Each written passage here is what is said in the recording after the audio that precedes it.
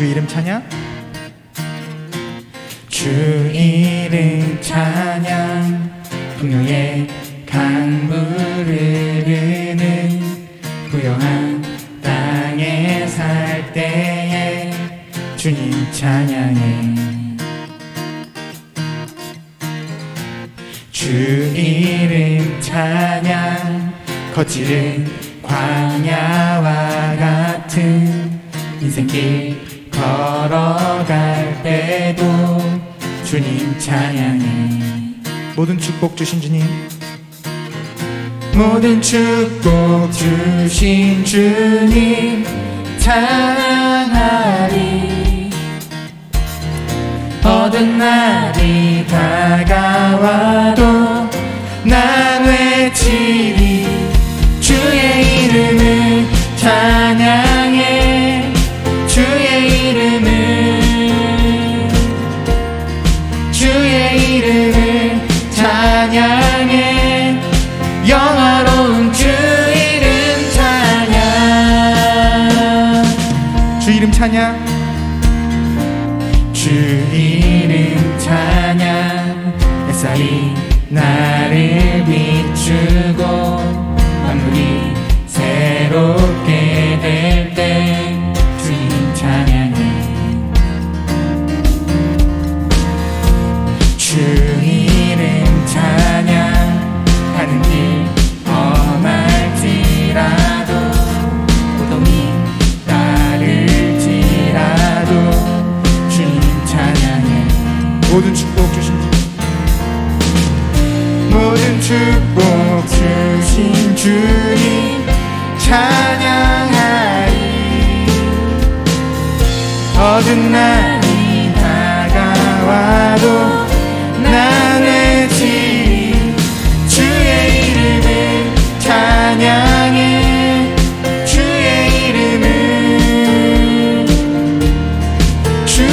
이름을 찬양해. 영화로운 주 이름을 찬양해. 주의 이름을 찬양해. 주의 이름을 찬양해. 영화로운 주 이름 찬양.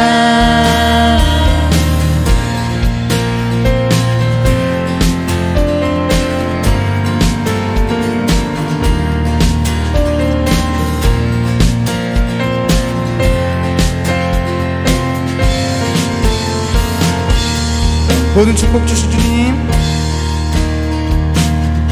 모든 축복 주신 주님 찬양하리.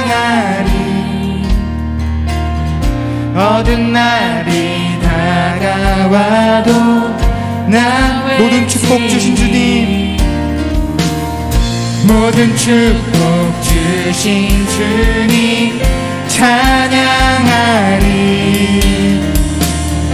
어두운 날이 다가와도 나의 주의 이름을 찬양해. 주의 이름을 찬양해. 영화로운 주 이름 찬양. 주의 이름을 찬양해.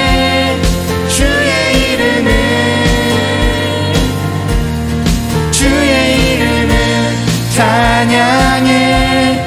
영화로운 주 이름 찬양. 주님은 주시며, 주님은 주시며 주님은 찾으시네. 내 맘에 하는 말 주 찬양합니다.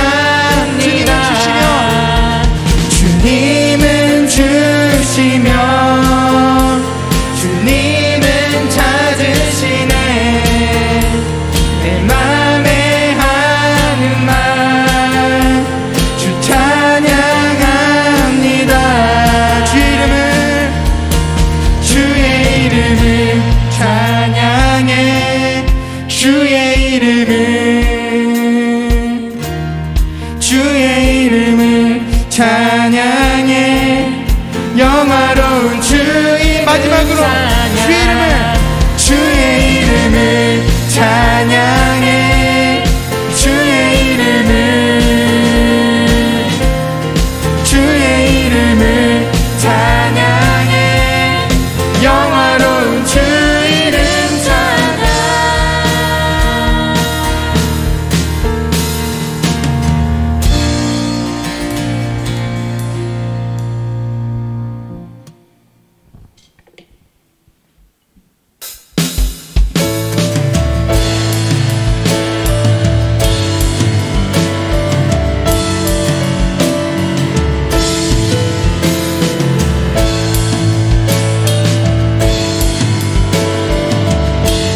교회여 일어나라. 교회여 일어나라. 주께서 부르시니 두려움과 실패 내려놓고 교회여 일어나라. 교회여 일어나라. 교회여 일어나라. 주께서 보내시니 우릴 부르신 삶의 자리에서 교회여 일어나라. 우린 세상의 빛, 우린 세상의 빛, 어둠을 밝히는 하나님의 편지, 주를 나타내는 주의 교회를 통해 세상이 주를 보리라. 일어나라. 일어나라. 아버지 사랑으로, 아버지 능력으로 서로 하나 되어 그 빛을 비추라. 노래하라. 아버지의 사랑을, 아버지의 크심을 이 삶의 노래로 주님을 나타내라. 일어나라.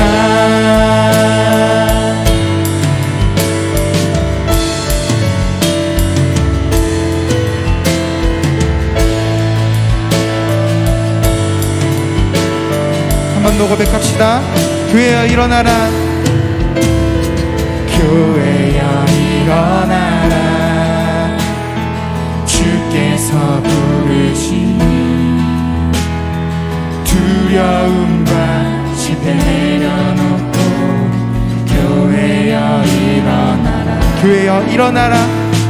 교회여 일어나라. 주께서 보내시니 우릴 부르신 삶의 자리에서 교회여 일어나라. 우린 세상의 빛, 우린 세상의 빛, 어둠을 밝히는 하나님의 편지, 주를 나타내는 주의 교회를 통해 세상이 주를 보리라. 일어나라. 일어나라. 아버지 사랑으로, 아버지 능력으로 서로 하나 되어 그 빛을 비추라. 노래하라. 아버지의 사랑을, 아버지의 크심을 이 삶의 노래로 주님을 나타내라. 일어나라. 일어나라. 아버지 사랑으로, 아버지 능력으로 서로 하나 되어 그 빛을 비추라. 노래하라. 노래하라. 아버지의 사랑을, 아버지의 크심을 이 삶의 노래로 주님을 나타내라. 일어나라.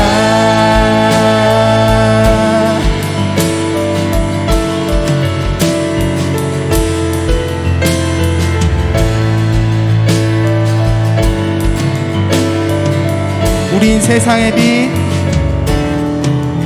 우린 세상의 빛, 어둠을 밝히는 하나님의 편지, 나타내는 주의 교회를 통해 세상이 주를 보리라. 우린 세상의 빛, 우린 세상의 빛, 어둠을 밝히는 하나님의 편지,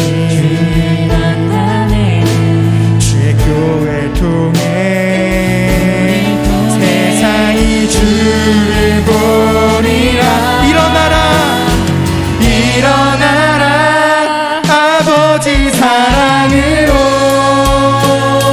아버지 능력으로 서로 하나 되어 그 빛을 비추라 노래하라 아버지의 사랑을 아버지의 크심을 이 삶의 노래로 주님을 나타내라 한 번 더 일어나라 일어나라 아버지 사랑으로 아버지 능력으로 서로 하나 되어 그 빛을 비추라 노래하라 아버지의 사랑을 아버지의 크심을 이 삶의 노래로 주님을 나타내라 일어나라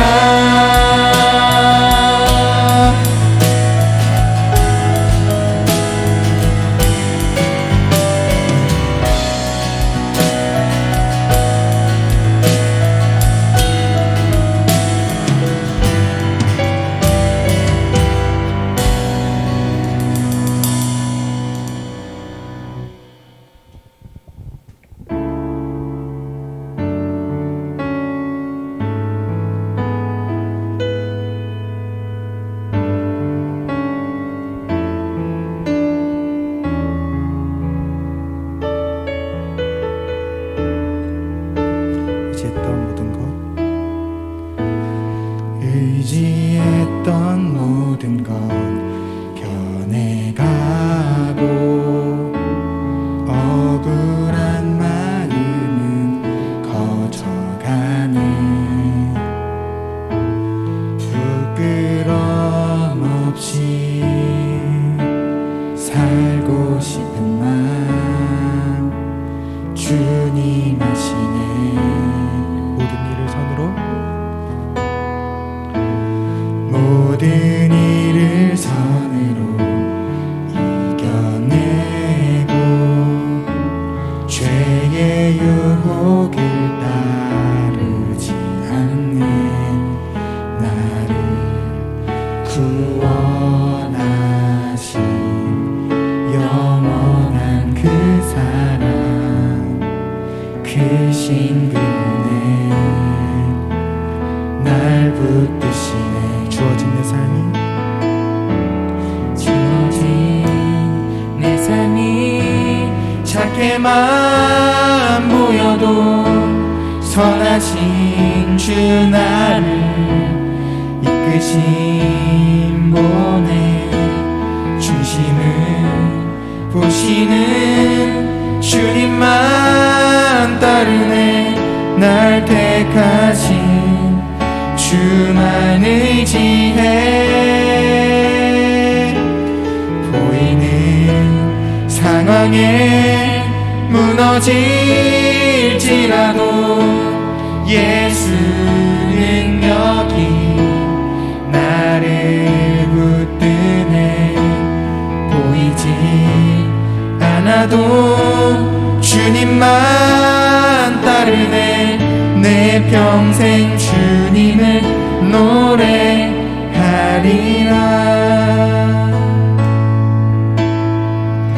모든 일을 선으로 모든 일을 선으로 이겨내고 죄의 유혹을 따르지 않네 나를 구원하신 영원한 그 사랑 크신 그네 날 붙드시네 주어진 내 삶이 작게만 보여도 선하신 주 나를 이끄신 분의 중심을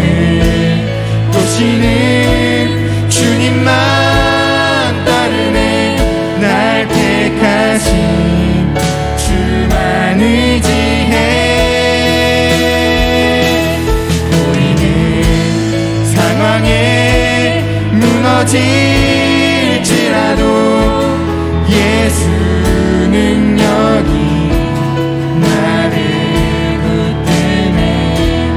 보이지 않아도 주님만 따르네. 내 평생 주님을 노래하. 주어진 내 삶이 작게만 보여도 선하신 주 나를 이끄신 보내. 중심을 보시는 주님만 따르네. 날 택하신 주만 의지해. 보이는 상황에 무너질지라도 예수 능력이 나를 붙드네. 보이지 않아도 주님만 따르네. 내 평생 주님을 노래하리라.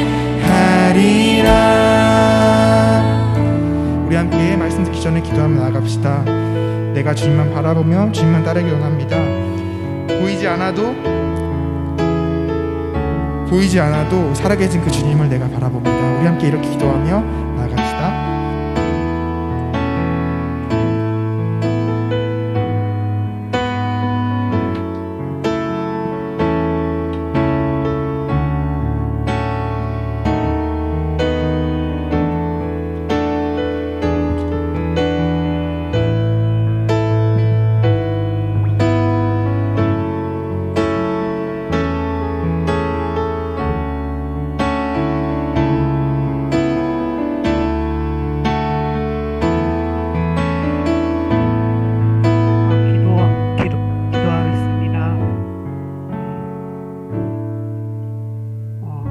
아버지 감사합니다.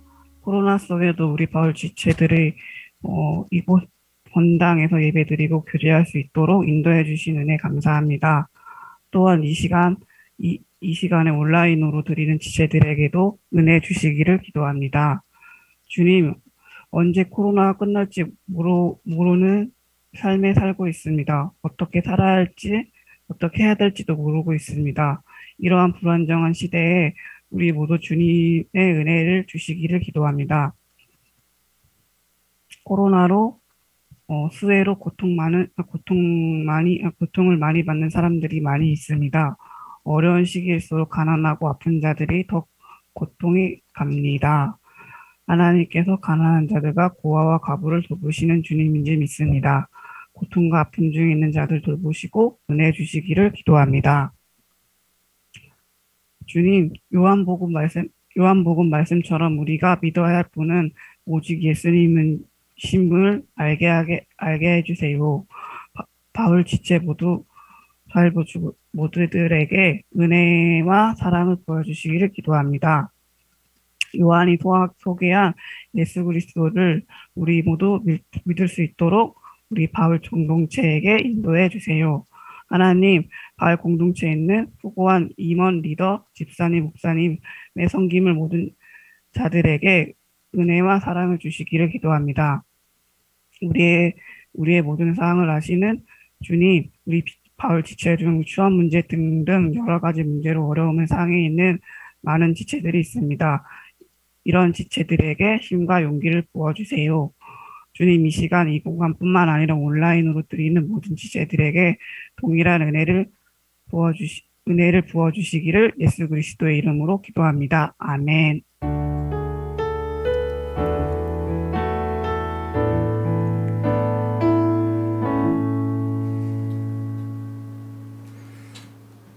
네, 안녕하세요.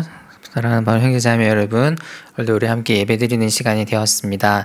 오늘 말씀 요한복음 계속 살펴볼 거고요. 오늘 요한복음 10장 31절에서 42절까지의 말씀 함께 보겠습니다. 요한복음 10장 31절에서 42절까지의 말씀입니다. 한 절씩 교독하시고 마지막 42절 함께 읽으시겠습니다. 유대인들이 다시 돌을 들어 치려 하거늘 예수께서 대답하시되 내가 아버지로 말미암아 여러 가지 선한 일로 너희에게 보였거늘 그 중에 어떤 일로 나를 돌로 치려 하느냐.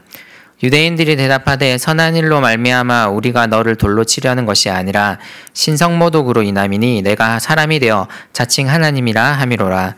예수께서 이르시되 너희 율법에 기록된 바 내가 너희를 신이라 하였노라 하지 아니하였느냐.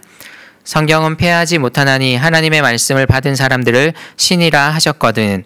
하물며 아버지께서 거룩하게 하사 세상에 보내신 자가 나는 하나님의 아들이라 하는 것으로 너희가 어찌 신성모독이라 하느냐.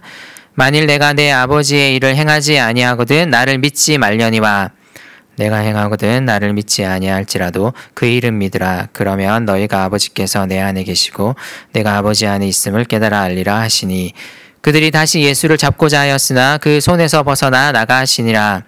다시 요단강 저편 요한이 처음으로 세례 베풀던 곳에 가사 거기 거하시니 많은 사람이 왔다가 말하되 요한은 아무 표적도 행하지 아니하였으나 요한이 이 사람을 가리켜 말한 것은 다 참이라 하더라.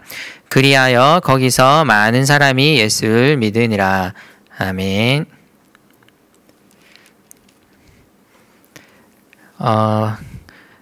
교회 다니는 모든 그리스도인들이 정말 예수를 믿었으면 좋겠다라는 생각이 들 때가 저는 가끔 있습니다. 저도 뭐 그렇게 예수를 믿는 사람답게 뭐 열심히 잘 이렇게 산다고 이렇게 감히 말하지는 못하지만 정말 어떤 사람들을 가끔 볼 때에는 정말 교회 와서 예수님을 믿는 건지 아니면 다른 것을 믿는 건지 궁금할 때가 한 번씩 있는 것 같습니다. 사도 바울도 그의 서신서에 보면은 교회 안에도 자기 배를 섬기는 사람이 있다라고 그렇게 이야기하는 장면을 볼 때 이러한 문제는 초대교회나 지금이나 늘 있었던 그러한 일이라고 저는 생각합니다. 사실 우리가 교회 다니고 이렇게 예배를 다니지만 우리가 믿는 이 기독교가 무엇을 핵심으로 삼고 무엇을 중심으로 삼는지를 명확히 알 필요가 있죠. 우리는 그 무엇보다도 한 가지만 핵심을 이야기하라면 우리는 예수님을 섬기는 사람들이거든요. 예수님. 딴 거 섬기지 않고 다른 거 섬기는 사람들이 아니라 예수님을 섬기는 사람이거든요. 그러면 예수님을 섬긴다라는 것이 무엇인지를 좀 제대로 알고 명확히 할 필요가 있는데 많은 자신을 그리스도인이라고 지칭하는 사람들도 교회 와서 매주 예배도 드리고 매주 이렇게 종교 활동을 하지만 예수님 아닌 다른 것을 섬길 때가 참 많지 않나라는 그런 생각이 듭니다. 그래서 우리는 이 요한복음이 이런 근본에 대해서 저는 이야기하고 있다고 생각하는데요. 우리의 진짜 근본이 뭐냐? 그러니까 철저하게 요한복음은 예수 중심이거든요. 그러니까 예수 그리스도야말로 복음의 가장 핵심이고 예수 그리스도야말로 우리가 진짜 섬기고 따라야 할 분이고 믿어야 할 분으로 제시하고 있지 요한복음은 예수 그리스도 외에 우리가 믿어야 할 것을 결코 이야기하지 않습니다. 오로지 예수 그리스도만이 우리가 신뢰할 만한 분이고 그분을 믿을 때에만 우리에게 영원한 생명이 주어진다고 이야기하지 그 외의 것으로 우리에게 영원한 생명이 주어진다고 대단히 요한복음은 이런 관점에서 보면 매우 배타적인 그러한 메시지라고 할 수 있죠. 배타적이라고 이렇게 나쁘게 표현할 수 있지만 실제로는 요한복음은 이 복음이 우리가 믿는 복음에 있어서의 예수 그리스도의 중요성을 그 어떤 복음서보다도 가장 크게 강조하는 그런 복음서라고 볼 수가 있을 것입니다. 그래서 요한복음은 철저하게 예수 중심적인 그런 복음서입니다.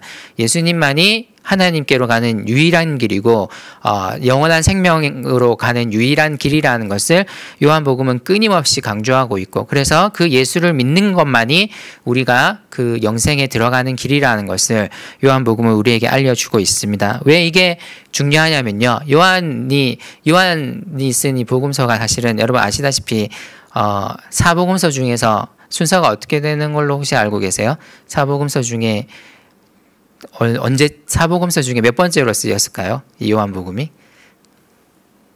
사복음서 중에 사복음서 알죠? 사복음서 뭐예요? 마태, 마가, 누가, 요한복음 4개잖아요. 4개라서 사복음서라는 건 아시죠? 그죠? 사복음서 중에 요한복음이 몇 번째로 쓰였을까요? 연대를 보면. 진짜 쉽습니다. 제일 마지막이죠. 제일 마지막으로 쓰인 복음서고 아마 요한이 그 죽기 전에 썼을 것으로 이렇게 추정이 되는데 그때가 우리 연대로 하면 한 90년경입니다. 90년경이면 이미 사도 바울 서신서는 이미 다 쓰여졌고 사도 바울도 없을 때예요. 그때는 사도 바울이 보통 한 68년경 AD 68년경에 아마 죽었지 죽임을 당하지 않았을까. 이렇게 그 로마 황제에 의해서 이렇게 사형을 당했잖아요. 교수형에 처해졌거든요.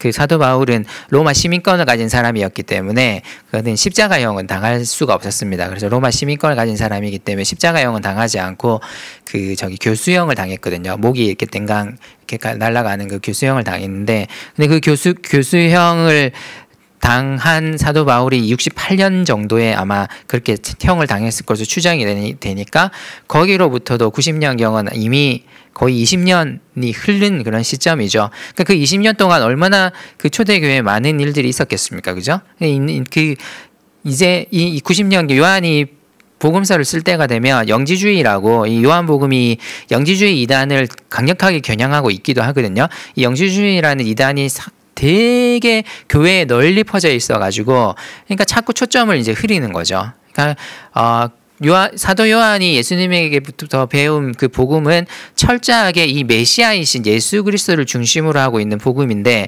영지주의자들이 자꾸 들어와서 이 초점을 자꾸 흐리는 거죠. 그래서 자꾸 분산시키는 겁니다. 그래서 사도 요한이 이 복음서를 쓸 때에는 다시 돌아가려고 하는 거죠. 우리가 믿는 복음이 뭐냐라고 했을 때 그건 예수 그리스도를 빼면 아무것도 아니라는 거죠. 그 예수 그리스도에게로 돌아가는 것이고 예수 그리스도만 섬긴다는 것인데 근데 그 당시 90년경에 이미 많은 사람들이 교회에 들어온 초대교회에 여러 사람들이 있었거든요.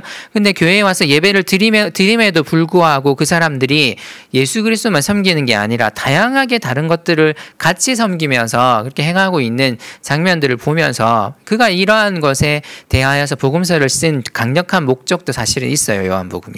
그런 의미에서 오늘 본문도 저는 이 사도 요한이 이런 강력한 주장을 다시 하기 위해서 예수님의 이야기를 전해주고 있다고 저는 생각합니다.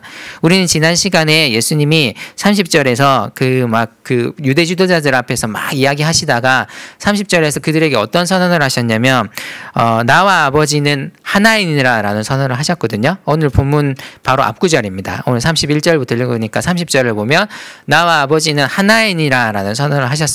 근데 이 선언이 지난주 여러분 설교 혹시 기억나실지 모르겠지만 이것은 자기가 하나님이다라는 주장이라기보다는 하나님이 하시고자 하는 일을 자기가 곧 행하고 있기 때문에 그런 의미에서 내가 하나님의 뜻을 그대로 행한다라는 의미에서 아버지의 뜻과 나의 뜻은 하나이다라는 측면에서 나와 아버지는 하나이니라고 예수님이 말씀하신 건데 이 유대 지도자들이 다르게 들은 거죠. 나와 아버지는 하나이니라라고 이렇게 외치시니까 이걸 이제 어떻게 들었겠습니까? 유대 지도자들은 내가 곧 누구라고 들은 겁니까? 내가 곧 내가 하나님이야 라는 그 걸로 들은 겁니다. 그래서 이 사람들이 오늘 31절에 보면 어떤 행위를 하려고 합니까? 31절에 보면 이 유대 지도자들이 어떻게 하려고 합니까? 돌을 들어서 어떻게 하려고 했다? 예수님을 치려고 하는데 근데 문제는 여기서는 못 쳐요. 여러분 여기서는 돌로 칠 수가 없거든요. 왜냐하면 돌로 치고 싶어도 절대 칠 수가 없는데 지금 이 일이 벌어지고 있는 장소가 지난 시간에 제가 어디라고 설명을 드렸는데 성경에도 나와 있어요. 본문에 나와 있는데 어디였는지 혹시 기억나세요? 예수님이 이 일을 이 유대 종교 지도자들과 이렇게 이 토론을 하고 논쟁을 벌이시고 있는 장소가 어디? 성전 안이에요. 성전 안에 솔로몬 행각이라는 곳이라고 그랬어요. 성전 안에 있는 솔로몬 행각. 그러니까 당시에 유대 율법에 보면은 그 레위기 보면 알 수 있습니다. 이거는 레위기 보면 알 수 있는데 돌로 칠 수 있는 그 제목을 가진 제가 몇 개가 있어요. 한 4개인가 5개인가가 있어요. 있는데 이것은 돌로 그 사람에서 이제 직결 처분이거든요. 이제 재판을 안 거친 유대 사람들이 그 절대로 무식한 사람들이 아니에요. 그래서 웬만한 것들은 다 재판을 거치게 돼 있어요. 그런데 유대 체계화되어 있는 그 유대 그 재판 가운데서도 한 4가지에서 5가지 정도의 죄는 재판 없이 바로 그 자리에서 직결 처분을 할 수 있는 죄들이 있었거든요. 있었는데 이게 진짜 제일 무서운 거죠. 그러니까 유대인들이 왜 재판도 안 거치고 이 사람들을 직결 처분할 수 있게 만드냐면 유대인들이 생각하기에 이 네다섯 가지 죄야말로 가장 뭐라고 여기는 거죠? 사람이 저지를 수 있는 죄 중에 가장 큰 죄라고 여겼기 때문에 직결 처분할 수 있는 아마 그 기회를 아마 그걸 통해서 줬을 거예요. 근데 그 중에 여러 가지가 있는데 그 중에 하나가 오늘 예수님이 걸린 제목은 뭐냐면 뒤에 보면은 그 표현이 나오죠. 3몇 절입니까? 유대인들이 33절에 보면 그 제목이 나와요. 그게 뭐냐면 신성모독이라는 표현이 나오죠. 그죠? 그래서 하나님의 이름 10계명에도 보면 있습니다. 하나님의 이름을 망령되이 일컫는 그 죄, 그걸 저지를 때에는 재판 없이 그냥 그 자리에서 바로 돌로 칠 수 있는데, 근데 장소가 또 명시되어 있어요. 레위기에 보면. 근데 레위기에는 영문이라는 표현이 있는데 영문 안에서는 처분을 못하게 돼 있고 반드시 그 사람을 영문 밖으로 끌어내어서 돌로 치게 돼 있어요. 그 영문이라는 게 뭐냐면 이 당시 이스라엘의 개념으로 말하면 이제 성전일 수 있는 거죠. 그러니까 성전 안에서는 절대로 아무리 이 사람이 하나님을 모독하는 죄를 저질렀다 할지라도 성전 안에서는 절대로 그 사람을 돌로 칠 수가 없어요. 돌로 칠 수가 없거든요. 그럼 일단 지금 예수님이 어디 계시다고 그랬습니까? 성전 안 솔로몬 행각이라는 곳에 계시다 그랬잖아요. 그러면 예수님을 돌로 치기 위해서는 일단 어떤 절차가 먼저 행해져야 됩니까? 일단 이 예수님을 어떻게 해야 돼요? 성전 밖으로 어떻게 해야 돼요? 끌어내야 돼요. 성전 밖으로 끌어내야 돼요. 그러니까 일단 예수님은 성전 안에 있는 한은 아무리 이 사람들이 돌을 든다고 해도 안전한 상태입니다. 돌을 들어서 이제 칠 수가 없는 상태예요. 그런 상태거든요. 그래서 예수님이 그러한 기회를 사실 이용하셔서 다시 오늘 논쟁을 하시는 거죠. 성전 안에. 지금 당장 이 사람들이 나를 돌로 칠 수 없다라는 걸 아시기 때문에 지금 이 논쟁을 벌이시는데, 예수님이 그래서 그걸 아시고는 32절에 보면 어떤 말씀을 하시냐면 그들에게 물으세요. 그러니까 이유는 알아야 될 거 아닙니까? 그죠? 예수님이. 그래서 그들에게 단도직입적으로 물으시는 거죠. 도대체 어떤 이유로 나를 이렇게 돌로 치려 하느냐? 도대체 나의 어떤 그러니까 내 제목이 뭐냐? 라고 물으신 거죠. 내 제목이 뭐길래 너희가 나를 이렇게 돌로 치려고 하느냐라는 그러한 말씀을 하고 질문을 하고 계십니다. 그랬더니 33절에 보면 유대인들이라고 표현되어 있지만 유대 종교 지도자들이거든요. 유대 종교 지도자들이 어떻게 대답합니까? 예수님께 너가 선한 일을 많이 한 거는 우리 아무 상관도 하지 않는다? 근데 뭐 때문에 지금 돌로 치려고 한다는 거죠? 33절에 보면 33절 끝부분에 보면 신성모독으로 인함이니 내가 사람이 되어 자칭 하나님이라 함이로라. 이걸 우리 잘 살펴볼 필요가 있는데요. 자, 여러분 한번 생각해 보십시오. 신성모독이라는 표현이 어떻게 다가옵니까? 여러분에게? 신성모독이라는 표현이 어떻게 다가와요? 어떤 의미인 것 같으세요? 신성모독이? 제가 만약에 신성모독 하려면 어떻게 하면 돼요? 여기 저는 할 생각이 전혀 없는데 여기서 신성모독을 하려면 어떻게 하면 돼요? 내가 하나님이다 외치면 되나? 내가 곧 예수다. 내가 예수 그리스도다. 이렇게 하면 됩니까? 어떻게 해야 되죠? 곰곰이 한번 생각해 보세요. 신성모독이라는 표현. 되게 좀 뭔가 좀 애매한 표현 같지 않으세요? 어떻게 해야 신성모독입니까? 레위기 율법에도 구체적으로 나와 있지는 않아요. 그냥 여호와의 이름을 망령되이 일컬으면 신성모독이라 그래요. 구체적으로 표현되어 있지 않아요. 근데 이럴 때 이렇게 구체적으로 명시되어 있지 않은 제목이 생길 때 제일 누구한테는 되게 좋은 구실이 돼요. 특히 당시 유대 종교 지도자들의 입장에서는 한번 생각해 보십시오. 저는 당시 이게 무슨 말씀을 드리려고 하는 거냐면요. 당시 바리새파 사람들이 그들의 기득권을 유지하는 데 있어서 가장 잘 활용했던 두 가지 죄가 있는데, 하나는 안식일 규정 위반이라고 했습니다. 자, 누누이 설명했습니다. 그 두 번째가 뭐였냐면 신성모독이었어요. 무슨 기준으로 신성모독이 됩니까? 명확한 기준이 있을 수는 있어요. 그죠? 그러니까 만약에 어떤 유대인이 성전에 나타나서는 만약에 하나님을 욕했다고 생각해 보십시오. 우리가 쓰는 그 욕할 때 여러분 머릿속에 막 뭐 시오스로 시작하고 막 이런 거 막 떠오르죠, 그렇죠? 그러니까 그 단어를 써서 성전 안에서 하나님 뭐뭐뭐 이러고 이제 외쳤다고 생각해 보십시오. 그러면 그거는 명백하게 사실은 어떤 의미에서는 몰아갈 수 있는 거죠, 그죠? 예, 그럴 수 있습니다. 근데 그런 것도 있지만 이 신성모독이라는 표현 자체가 그런 명백한 것도 있지만 또 어떻게 활용하기에 되게 편한 표현이기도 합니까? 그냥 자기들의 기준, 그러니까 지금 어차피 이 유대 종교, 유대교의 지금 유대교의 딱 그 핵심을 잡고 있는 인물들이 누구예요? 바리새파 사람들이죠. 그러니까 바리새파 사람들이 생각하기에 자기들의 만약에 교리를 어겼다라고 생각하면은 자, 그것도 뭘로 사실 규정할 수 있는 겁니까? 그들의 입장에서는 신성모독이다 이렇게 할 수도 있는 거잖아요, 그죠?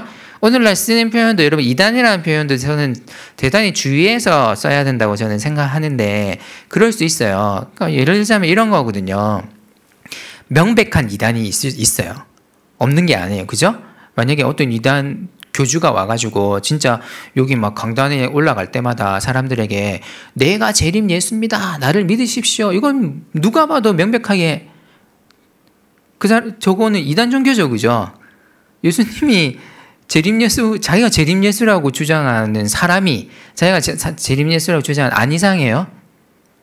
별로 안 이상한가 보네요, 여기는. 그죠? 만나본 적이 없어서 그런가 그런 사람을? 내가 재림 예수다 이러면서 그런 사람 명백하잖아요, 그죠? 그죠? 근데 이단이에요, 그죠? 그런 거는. 근데 그럴 수 있어요. 어떤 교단에서 교리가 자기들의 교단마다 자기들이 신봉하는 어떤 그 교리가 있을 거잖아요. 근데 예를 들자면은 자 한번 생각해 봅시다, 여러분. 세례를 어떻게 줘야 돼요? 세례 어떤 방식으로 줘야 돼요? 예수님은 세례 어떻게 받았을까요? 원래 예수님이 받으신 세례는 예수님 어디에 가서 세례 받았다고 돼 있어요? 오늘 본문에도 그게 좀 이따 언급이 될 텐데 예수님 세례 어떻게 받으셨어요? 여러분 어디 가서 받으셨어요? 요단강에서 세례 요한에게 받는데 그 당시 세례 풍습이 뭐냐면요, 사람을 물에 푹 담궈버려요. 네, 사람 물에 푹 이렇게 물 뿌리는 게 아니에요. 사람을 물에 푹 담가버려요. 요즘도 침례교 가면은 그렇게 세례하는 거 아시죠?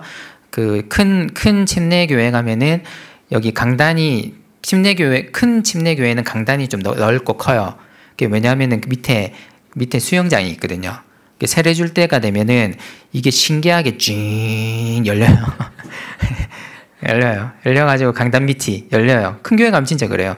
찡 열려가지고 그 밑에 뭐가 있냐면 이제 작은 수영장 풀장이 있어요. 거기 물을 가득 담아 놓거든요.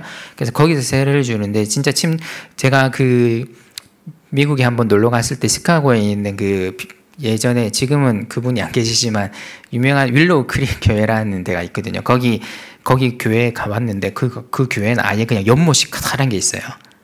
거기서 세례 주는 거 제가 직접 본 적이 있거든요. 근데 거기에 침례교회예요. 거기가 침례교회거든요. 윌로우 크릭 교회가 침례교회인데 그 세례 주는 거 제가 목격한 적이 있는데 이 목사님이 그 호수가 깊지는 않아요. 이게 얕은 호수인데 세례 주기 위해서 만든 호수니까 그 중간에 딱 서 있고 양옆에 누가 이렇게 딱 그 세례 받는 사람의 팔을 이렇게 한쪽 이렇게 잡고 있어요. 그리고 뒤로 넘겨요. 사람 세례 받을 때 뒤로 넘기거든요, 그 사람들이. 왜냐 혼자 넘어가면 무서워서 안 하려고. 우리 사람 심리상 앞으로 넘어가는 거 누구나 하죠. 근데 여러분들 한번 해보세요. 나중에 그게 뭐 뒤로 넘어가는 게 뭐 무서워 이러면서. 근데 궁금하면은 나중에 나 혼자 물 속에서 뒤로 넘어가려고 하면 해보세요. 잘 안 된다니까, 겁이 나가지고. 근데 그걸 이제 뒤로 이렇게 딱 넘겨주는데 옆에서 잡아주니까 사실은 뒤로 넘어가는 거예요. 그래서 물에 푹 빠졌다가 한 몇 초간 빠졌다가 사람들이 대부분 어떤 반응을 하면 뒤로 넘어가면요, 거의 90% 이상은 푸 하면서 막 죽을 듯이 막 이렇게 발부둥 치는데 발부둥 칠 때 팍 끌어올려요. 그게 느낌이 확 살거든요. 왜냐하면 죽을 뻔 했는데 팍 끌어올리니까 다시 산 거죠. 그래서 세례가 되게 실감나게 느껴지겠더라고요. 제가 그 장면 보면서 야, 나도 세례를 저렇게 받았으면 참 좋았을 텐데. 저는 이제 어릴 때 고등학교 때 저희 장로교니까 장로교는 약식 세례라 그러거든요. 그냥 어떻게 하냐면 담임 목사님이 보셨죠? 그냥 이렇게 물 조금 묻혀가지고 탁탁 느낌이 잘 안 나. 제가 몇 번이나 끝나고 난 다음에 세례를 주노라 하고 담임 목사님이 딴 데로 가셨는데 물 느낌이 안 나는 거야. 그래서 물 뿌렸나 해가지고 막 만져봤어요. 그때 그게 아직도 있거든요. 물 뿌렸나. 근데 살짝 묻어 있긴 하더라고요. 근데 그렇게 그런 느낌으로 세례를 받았는데 사실 느낌상은 사실은 아까 침례교가 주는 것처럼 그렇게 주는 게 훨씬 느낌이 살겠죠, 그죠? 그런 건데 근데 그렇다고 해서 만약에 이제 침례교에서 우리 장로교를 향하여서 너희 세례를 그런 식으로 주면 안 되지. 왜냐하면 예수님이 받은 건 침례인데 침례는 뭐냐? 완전 침례할 때 그 침자가 무슨 침자인지 아시죠? 침수하다 할 때 그 침자거든요. 완전 푹 빠지는 거. 그래서 침례라고 하는 거예요. 그래서 저기 개역개정 성경도 저기 아시죠? 그 침례교 가면은 다 세례라는 단어를 다 뭘로 바꿔 부르는지 아시죠? 다 침례로 바꿔서 부르거든요. 그래서 세례 요한이 아니고 침례교에서는 여러분 아실지 모르겠지만 침례 요한이에요. 침례교에서는 침례 요한이라고 불러요. 세례 요한이라고 안 부르고 어색하죠. 그러면은 여러분 생각해 보세요. 우리는 세례 요한이라고 부르는데 침례 요한이라고 부른다고 해서 이단입니까?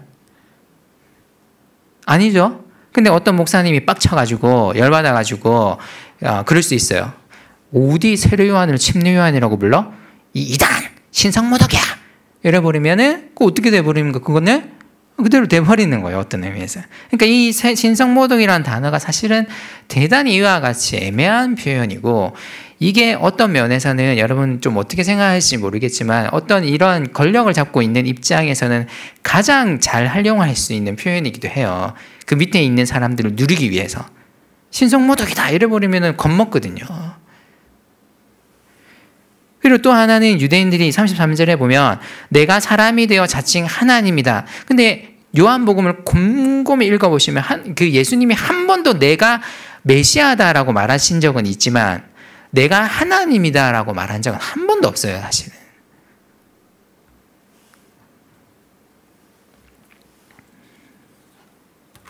그러니까 이들이 이 예수님을 지금 제거하려고 혈안이 돼 있다라는 표현이라는 거죠. 이 33절에 내가 사람이 되어 자칭 하나님이다 하미로라 이걸 헬라어를 보면서 정확히 번역하면은 너는 지금 너 자신을 하나님으로 만들고 있다. 이런 이 표현입니다. 너를 하나님으로 스스로 만들고 있다. 근데 예수님이 그걸 한 적이 없어요. 왜냐하면 예수님은 요한복음 곳곳을 통해서 나는 내 뜻을 행하기 위해서 여기 이 땅에 온 것이 아니라 자꾸 누구의 뜻을 행하러 왔다고 예수님이 계속 말씀하셨어요. 하나님 아버지의 뜻을 행하기 위해서 오셨다라고 계속 말씀하셨거든요. 예수님은 한 번도 자기의 뜻을 행하려 오셨다라고 말씀하신 적이 없으시다라는 것이죠. 근데 이들이 지금 어떻게 몰아가고 있는 것이죠? 예수님을 신성모독으로 몰아가는 것이죠. 그러면 이 유대 종교 지도자들은 예수님의 어떤 부분 때문에 이런 애매모호한 신성모독이라는 단어를 써가면서 예수님을 이렇게 몰아갔을까요? 어떤 부분 때문에 예수님이 어떤 요한복음이 지금까지 읽어오셨으면은 대충 알 수 있잖아요. 예수님이 어떤 부분 때문이에요? 결국에는 제가 계속 강조하기도 했지만 결국에는 예수님이 지금 이 유대 종교 지도자들을 볼 때에는 자꾸 건드리는 거예요. 자기들의 자기들이 지금까지 세워놓은 그 체계와 질서가 있는데, 그죠? 자기들이 세워놓은. 근데 이걸 자꾸 예수님이 어떻게 하려고 하시는 거죠? 건드시는 거예요. 그러니까 예수님을 어떤 인물로 자꾸 여기는 겁니까?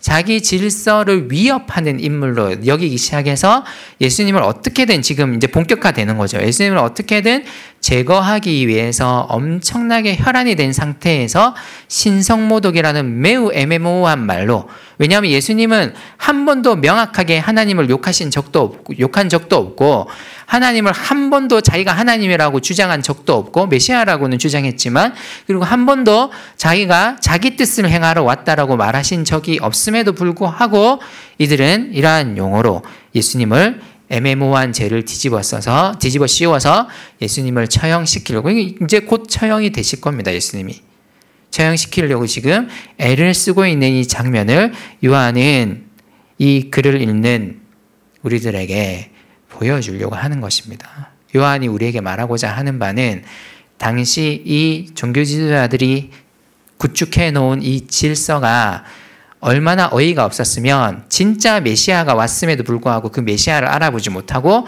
오히려 그 메시아를 죽음으로 몰아가고 있는지를 보여주고 있는 것이죠.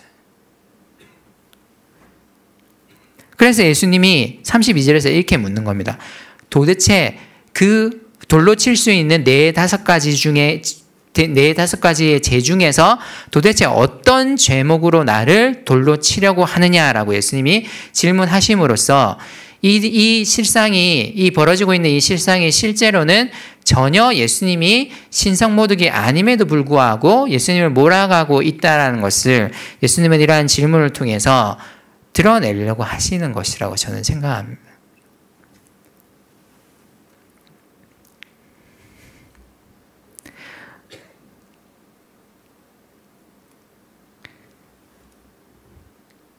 유대주의자들이 이러한 제목으로 예수님을 끌어가려고 하시자 예수님 34절에서 매우 인상적인 말씀을 하시는데 이렇게 말씀하십니다. 예수께서 이르시되 너희 율법에 기록된 바 내가 너희를 신이라 하였노라 하지 아니하였노라. 이게 여러분 되게 오늘 본문에서는 되게 중요한 예수님의 말씀인데요.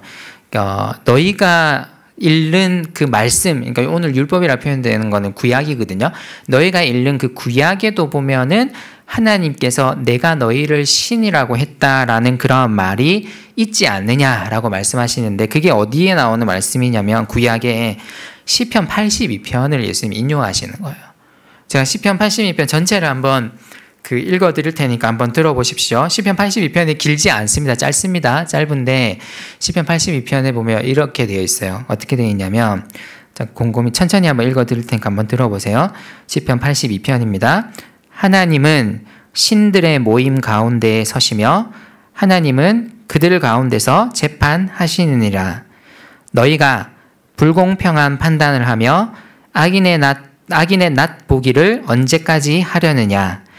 가난한 자와 고아를 위하여 판단하며 곤란한 자와 빈궁한 자에게 공의를 베풀지며 가난한 자와 궁핍한 자를 구원하여 악인들의 손에서 건질지니라 하시는도다.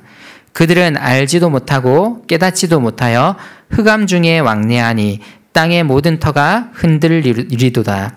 내가 말하기를 이제 요 6절 9절인데요. 요 9절 인용하신 거거든요. 내가 말하기를 너희는 신들이며 다 지존자의 아들들이라 하였으나 그러나 너희는 사람처럼 죽으며 고관에 하나같이 넘어지리로다.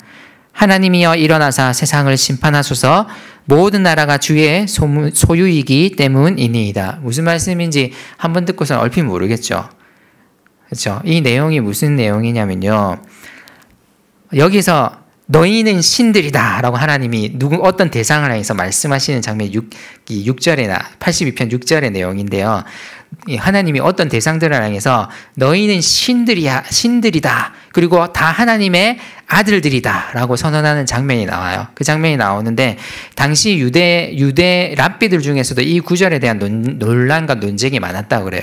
하나님이 도대체 이 시편 82편에서 누구를 향해서 신들이라고 하느냐 라고 하는데 크게 세 가지 주장이 당시에 있었다고 그래요. 첫 번째는 뭐였냐면 선지자들.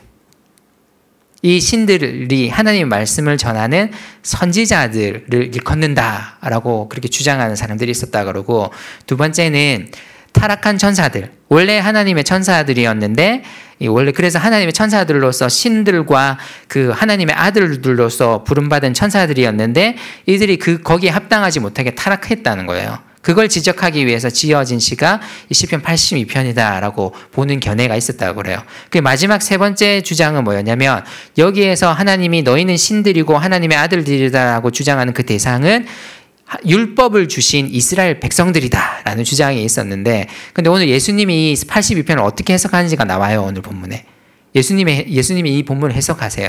어떻게 나오냐면 35절에 보면 그 해석이 나와요. 예수님의 해석이. 여기서 시편 82편이 주장하는 하나님의 신들 혹은 하나님의 아들들이 누구냐, 35절에 보면 예수님이 분명하게 명확하게 해석을 해주시는데, 성경은 패하지 못하나니 하나님의 말씀을 받은 사람들을 뭐라고 하셨다고요?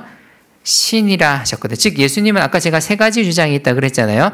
예수님은 이 세 개의 주장 가운데서 몇 번째를 지지하면서 그렇게 해석하신 것 같으세요? 세 번째. 그게 세 번째가 뭐였어요? 35절에 나오잖아요. 세 번째가 뭐였어요?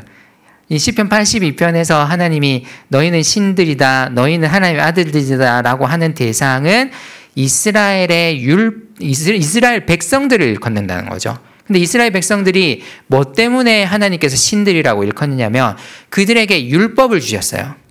율법을 주셨거든요. 근데 시편 82편 내용을 제가 좀 요약해 드리면 뭐냐면 하나님이 이스라엘 백성들에게 율법을 주시면서 이스라엘 백성들을 특별한 다른 민족들보다도 특별한 신분으로 삼으셨다라는 표현이에요. 이 신들 하나님의 아들들이라는 표현을.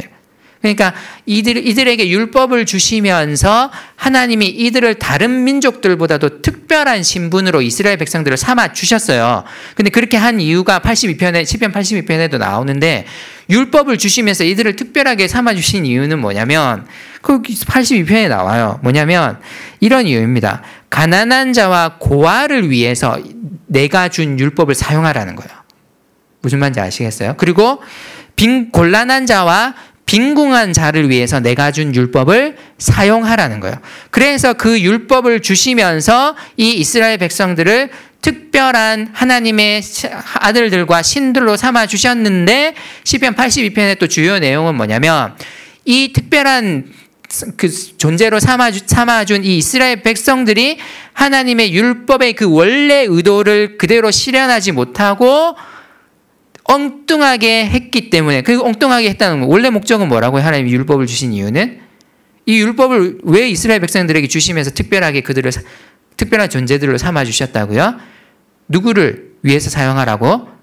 가난한 자와 고아, 그리고 빈궁한 자와 곤란한 자를 위해서 율법을 사용하라고 특별한 존재로 삼아 주시면서까지 율법을 줬더니 예수님 이걸 가지고 82편을 가지고 이 바리새파 사람들을 책망하시는 거예요. 그렇게 줬더니 바리새파 사람, 예전에 이스라엘 백성들도 마찬가지고 지금 바리새파 사람들도 그렇게 주어진 율법을 지금 어떻게 사용하고 있다는 거예요. 가난한 자와 고아를 위해서 사용하거나 빈곤한 자와 곤란한 자를 위해서 사용하는 게 아니라 어떻게 사용하고 있어요, 지금? 예수님에게도 지금 엉뚱하게 사용하고 있잖아요. 그들의 율법으로 예수님을 뭐라고 지금 규정 짓고 정죄하면서 돌로 치려고 하고 있습니까? 신성모독. 그러니까 이들이 율법을 활용하는 방식에 대해서 예수님이 말씀하시는 거예요. 이 유대 종교 지도자들이 하나님이 주신 율법은 나쁜 게 아니거든요. 그래서 신약 곳곳에서 예수님은 복음서에서 예수님 직접 말씀하셨잖아요. 내가 율법을 폐하러 온 게 아니고 어떻게 하기 위해서 오셨다고요? 율법을 완성하기 위해서 오셨다라는 표현을 쓰셨잖아요. 그죠? 그러니까 율법의 원래 목적과 의도대로 예수님이 그걸 실현시키기 위해서 오셨다라고 예수님 말씀하셨어요. 그 말은 바꾸어서 말하면 뭡니까?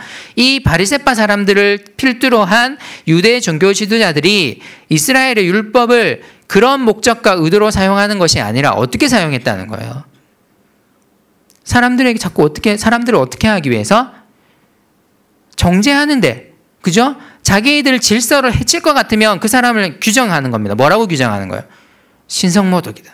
그래서 없애버리고. 예수님만 예수님만 이렇게 희생되는 게 아니라는 거예요. 예수님이 그들의 율법의 첫 번째 희생자였겠습니까? 아니죠. 예수님은 끊임없이 신성모독이라는 죄를 사실은 행하지 않으셨어요. 근데 이 유대 종교지도자들 지금 하나님이 이러한 목적과 의도로 주신 하나님의 율법을 어떻게 활용하고 있다는 것이죠? 가난한 자와 고아를 향해서 그 율법을 공의로 행하지 않고 빈궁한 자와 곤란한 자를 향해서 그 율법을 공의로 행하지 않는다는 것이죠. 그러지 않고 오히려 그 가난한 자와 고아를 오히려 규정하는 거죠. 죄인으로. 그리고 빈궁한 자와 곤란한 자를 오히려 규정하는 거죠. 죄인으로. 신성모독, 안식일 규정, 온갖 이런 법정들을 만들어내어서 이 10계명 하나로도 모자라는 거죠. 안식일을 기억하여 거룩히 지키라라는 그 명령 속에 들어있는 그 철학과 중심적인 메시지를 기억하고 지키기보다는 수많은 규정들을 만들어가지고 안식일날 얼마 이상 걸으면 안 되고 안식일날 하면 안 되는 행동들이 뭐고 의자를 옮길 때 어떻게 옮겨야 하고 머리를 빗을 때 어떻게 빗어야 되고 이런 온갖 규정들을 만들어 놓고서는 거기에 만약에 조금이라도 위반을 한다라면 그 사람은 어떻게 뭘 위반한 사람이 되는 거죠? 안식일 규정 위반이 되는 겁니다. 애매모호하죠. 여러분 이게 얼마나 웃깁니까, 그죠? 제가 몇 가지 소개해드렸잖아요, 이미 안식일 규정들을. 보통 한 그 거리 규정도 있다 그랬는데 보통 오늘날로 따지면 한 1km 정도 된다 그랬잖아요. 제가 언젠가도 말했잖아요. 1km 잘못 계산해가지고 만약에 1km에서 1cm 더 걸으면 어떻게 되는 거예요? 위반이죠. 그래서 바리새파 사람들이 끌고 갑니다. 안식일 규정은 돌로 칠 정도의 그 죄는 아니에요. 그래서 막 그 앞에서 막 혼을 내겠죠. 어디서 안식일 규정 위반해? 그 뭐 그런 말 하면 됩니까? 그 종교 지도자들 앞에서 에이 제가 겨우 1cm 더 걸었는데요. 1cm 말이 통하겠습니까? 안 통하죠. 자꾸 뭘로 말하겠습니까? 근데 그렇게 말하면서 뭐는 사라지는 거예요. 그 사람이 왜 1cm 더 걸을 수밖에 없었는지 이유는 사라지는 겁니다. 진짜 빈궁하고 무언가 간절한 무언가 때문에 어쩔 수 없이 1cm 더 갈 수 있어요. 근데 그 유대인의 율법 적용에서는 그 간절한 이유는 다 어떻게 돼버리는 거예요? 사라져 버리는 거예요. 그냥 뭐만 남는 겁니까? 어쨌든 너가 얼마를 더 걸었다고요? 1cm 더 걸었다고요.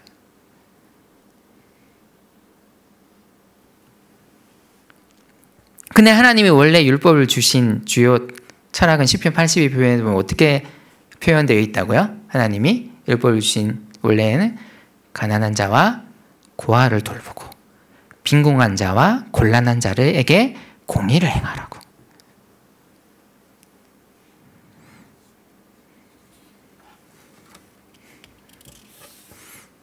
예수님이 35절, 36절에서 하시는 말씀은 이 이야기입니다. 이게 왜 신석모독이냐? 오히려 나야말로 지금 율법을 온전하게 행하고 있지 않느냐? 예수님의 행동을 보십시오. 예수님이 어떤 삶을 사셨어요? 가다가 오래 병든 사람이 있으면 어떻게 하셨어요, 예수님이? 그날이 안식일이라고 해서 안 고치셨습니까? 어떻게 하셨어요? 오래된 병자한테 가서 야야 미안하다. 오늘 너도 알다시피 안식일이지 않아? 내가 내일 다시 오면 안 되겠니? 내가 내일 다시 와서 고쳐줄게. 이렇게 하셨어요, 예수님이? 어떻게 하셨어요?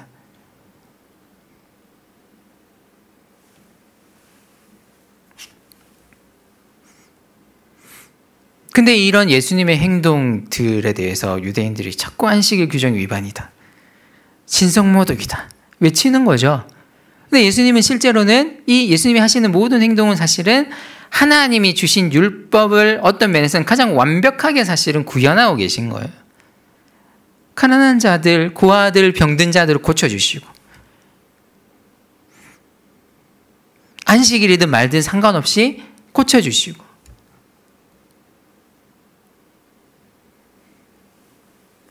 이게 왜 신성모독이냐는 거예요.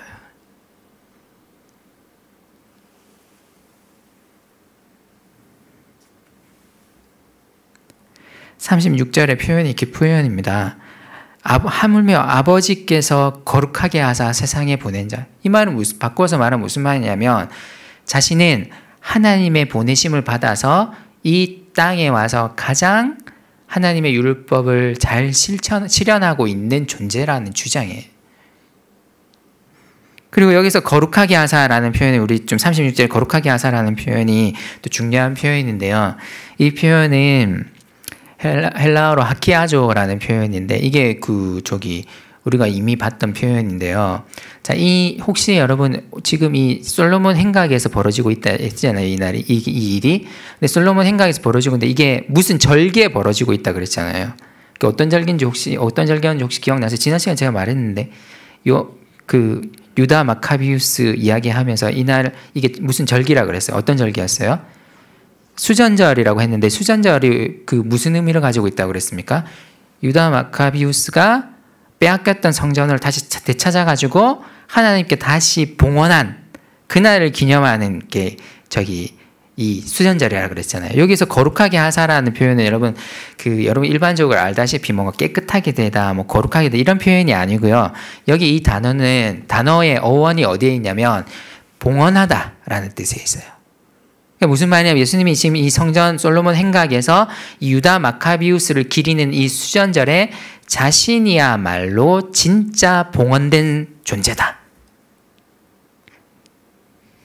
그리고 또 하나는 이 날이 성전이 다시 봉헌된 날이라 그랬잖아요. 다시 말하면 예수님이 자기를 또 이 거룩하게 하다라는 말은 자기를 누구로 주장하고 계신다면 내가 곧 성전이다 라고 주장하시는 바와 똑같아요. 그러니까 이 주장들이 유대인들이 다 조금만 이 쓰는 단어들을 보면 알아차릴 수 있는 단어들이에요.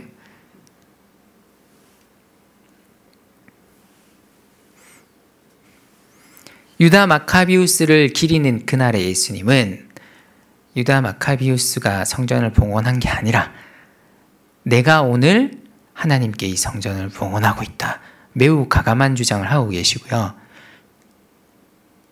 그리고 자기야말로 하나님의 율법을 진짜 행하고 있다라는 것을 주장하고 계십니다. 여러분도 한번 곰곰이 생각해 보십시오. 누가 진짜 율법을 지키고 있는 겁니까? 예수님의 삶을 지금까지 쭉 행적을 한번 보시라니까요. 예수님의 행적들을 쭉 보고 바리새파 사람들이 일주일에 2번씩 금식하고 막 이런 거 막 철저하게 지켰잖아요. 소득의 11조, 소득 들어오는 족족 그들은 11조를 정확하게 떼서 그대로 막 드렸거든요. 이런 행동을 했습니다. 그런데 바리새파 사람들은 다른 사람 그렇게 하지 않는 다른 사람들을 볼 때 죄인이야라고 외쳤을 뿐입니다. 어떤 의미에서는. 그죠? 그럼 여러분 근데 예수님은 좀 모르겠어요. 예수님도 저는 11조를 하셨을까 하는 의문이 잠깐 조금씩 들 때가 있어요. 왜냐하면 이게 신약에 한 번도 안 나오거든요. 여러분 예수님이 11조 하라는 게 제가 이 위험한 발언인데 또 하려고 그러네. 아니 근데 이야기 그대로 한번 보자고요. 예수님이 11조 하라라고 명시적으로 말씀하신 본문을 보신 적이 있습니까? 성경을 많이 안 읽어서 몰라요? 보신 적 있어요? 예수님이 다른 사람 말고 예수님이 있는 것 같아요? 없는 것 같아요?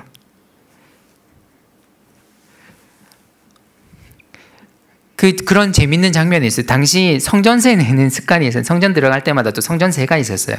성전세가 있어서 들어간 예수님이 동전이 없은 게 동전으로 보통 내거든 성전세는. 동전이 없었나 봐요. 그럴 때는 예수님이 한 번은 좀 이상한 행동을 하신 적이 있어요. 어디 가서 저기 물고기를 잡았는데 그 벌려 보니까 그 동전이 있어가지고 그걸로 이렇게 딱 빼가지고 이렇게 내신 그런 장면이 좀 있거든요. 근데 그런 거는 있는데 어쨌든 예수님은 당시 뭐 내라고 하는 거는 충실하게 했던 것 같아요. 했는데 근데 예수님이 직접적으로 우리에게 11조 해야 된다는 이런 말씀 하신 적은 없죠. 그죠? 근데 유대주의자들에게는 11조 하지 않으면 어떻게 되는 겁니까? 유대주의자 입장에서는 여러분 죄인이 되는 거예요. 자, 이런 삶들을 한번 돌아봅시다. 곰곰이 여러분 비교해 보세요. 바리새파 사람들과 예수님이 걸어온 삶의 행적. 당연히 답은 여러분이 답을 뭘로 할지 저는 알 것 같은데요. 여러분이 생각하시기에는 예수님의 삶이 진짜 율법을 온전하게 행하신 삶이라고 생각합니까? 아니면 정말 일주일에 2번씩 금식하고 11조 꼬박꼬박하고 그 다음에 매일 그 기도 시간마다 성전으로 올라와가지고 어떤 바리새파 사람들은 성전에 못 오는 게 두려워가지고 그래서 바리새파 사람들이 거의 대부분 어디에 몰려 살았다고 그랬어요?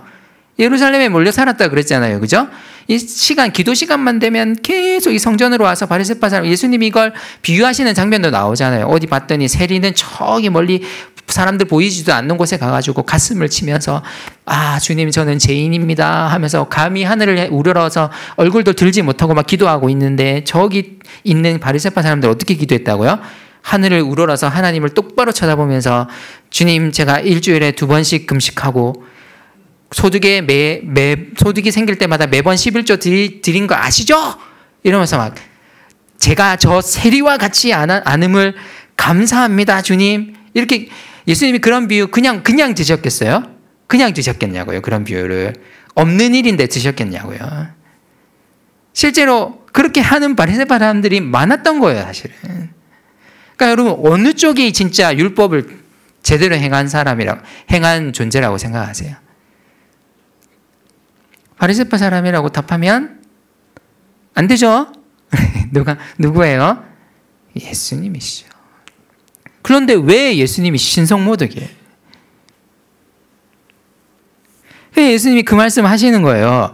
만일 내가 내 아버지의 일을 행하지 아니하였다면 나 믿지 마라. 근데 내가 행했지 않느냐. 근데 그 일을 보고도 믿지 아니하는 건 도대체 어떤 이유냐. 그렇게 내가 싫으면, 그러니까 38절의 말씀은 그 말이에요. 너희가 내가 그렇게 싫으면 내가 했던 일이라도 제발 한 번만 봐주라. 그러면 내가 하나님 아버지로부터 보냄받았다는 것을 알게 될 것이다. 그것만 보면. 예수님이 지금 호소하고 사실 애원하시는 거예요. 유대 종교제들을 향해서. 너희들이 내가 그렇게 싫으면 내가 지금까지 해온 일이라도 좀 봐달라는 것이죠. 그런데 결론이 어떻습니까? 39절에 보면 그들이 다시 어떻게 하려고 그랬다고요? 예수를 잡고자 했다. 왜 예수를 잡으려고 했겠습니까? 여기 성전에서는 지금 뭐 할 수 없다고 그랬습니까? 지금 돌로 칠 수 없다고 그랬잖아요. 그러니까 예수님을 잡아서 이 성전 밖으로 나가서 어떻게 하기 위해서 지금 잡으려고 하는 겁니까? 진짜 돌로 치려고 하는 거예요. 이 유대 지도자들은 예수님의 이런 호소에도 불구하고 예수님을 어떻게 하려고 했다는 거죠? 여전히 돌로 치려고 했다는 것이죠.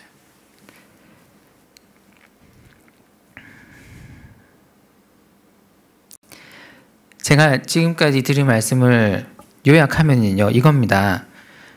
자, 여러분, 우리 기독교가 누가 핵심이라고 그랬습니까? 어떤 존재가? 누가 우리 복음의 핵심이에요. 예수 그리스도입니다. 자, 여러분이 그리스도를 믿는 것은 저를 보고 믿는 게 아니잖아요. 그죠? 제가 뭘 했기 때문에. 그쵸? 제가 뭘 안 했다고 안 믿는 것도 아니잖아요. 그죠? 그러면 뭘 믿는 겁니까? 우리는 뭘 믿는 겁니까? 예수 그리스도가 행하신 일. 오늘 예수님이 바리새인들에게 호소하시는 그거예요. 뭐냐면 예수님이 진짜 무슨 일을 행하셨는지를 한번 보라는 거죠. 그게 어떻게 하나님의 율법을 진짜 실현하고 있는지를 한번 보라고 예수님이 호소하시는 거예요.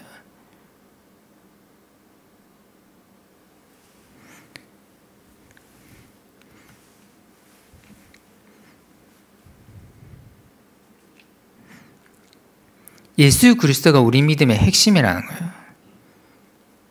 우리 그런 생각 한 번씩 들 때가 있죠. 그죠? 잘 생각해 보십시오. 저도 그런 이야기 많이 들었는데요. 뭐 안 믿는 친구들이 막 그런 말 하더라고요. 이런 말들 합니다. 그리스도인들은 너무 자꾸 자기들을 분리시키려고 하는 거 아니냐.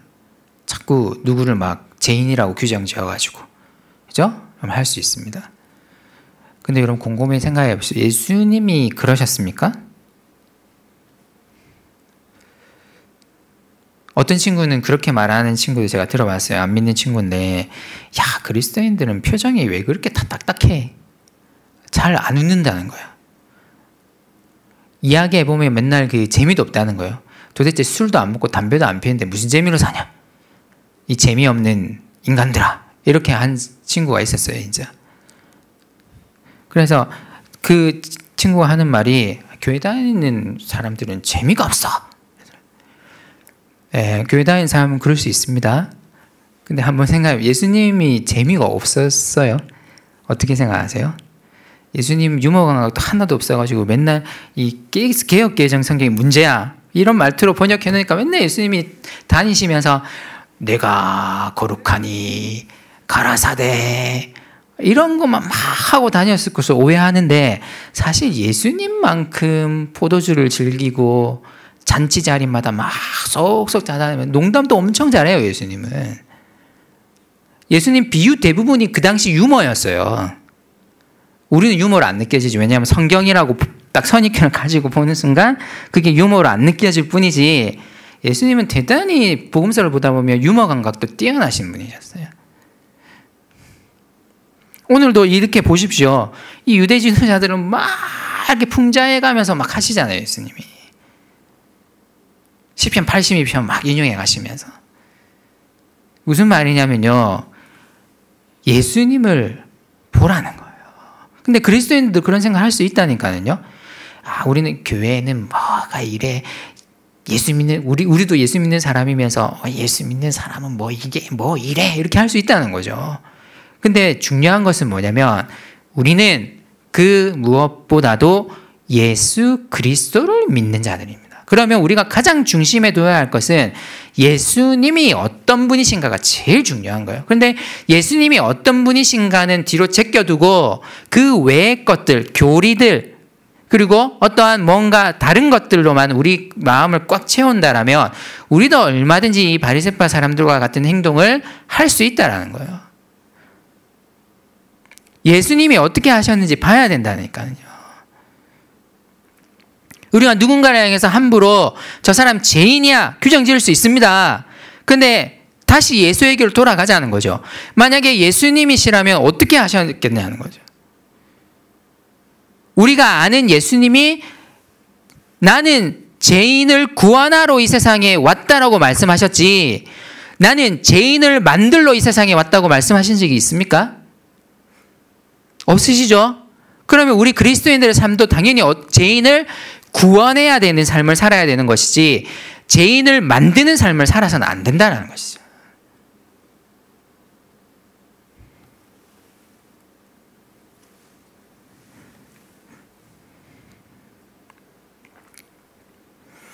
예수님은 다시 요단강 건너편으로 40절 42절에 보면 쫓겨나가십니다.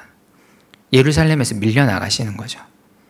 이 예루살렘에서 도무지 예수님이 버틸 수가 없는 것이죠. 돌로 치려고 하니까. 그래서 요단강 건너편 예루살렘 사람들의 입장에서는 대단히 변두리 지역으로 갔더니 어떤 일이 일어나냐면 42절을 보십시오. 거기서 많은 사람이 어떻게 했다고요? 예수를 믿으니라. 또 대단히 요한의 의도적인 진술이죠. 지금 바리새파 사람들이 무려 6,000명이나 모여있는 이 예루살렘에서는 예수님을 믿는 일들이 잘 일어나지 않습니다. 근데 그 바깥으로 밀려나신 예수님께서 그곳에서 자신에 대한 메시지를 전하셨을 때 그곳에 어떤 일이 일어납니까? 예수를 믿는 일들이 일어납니다.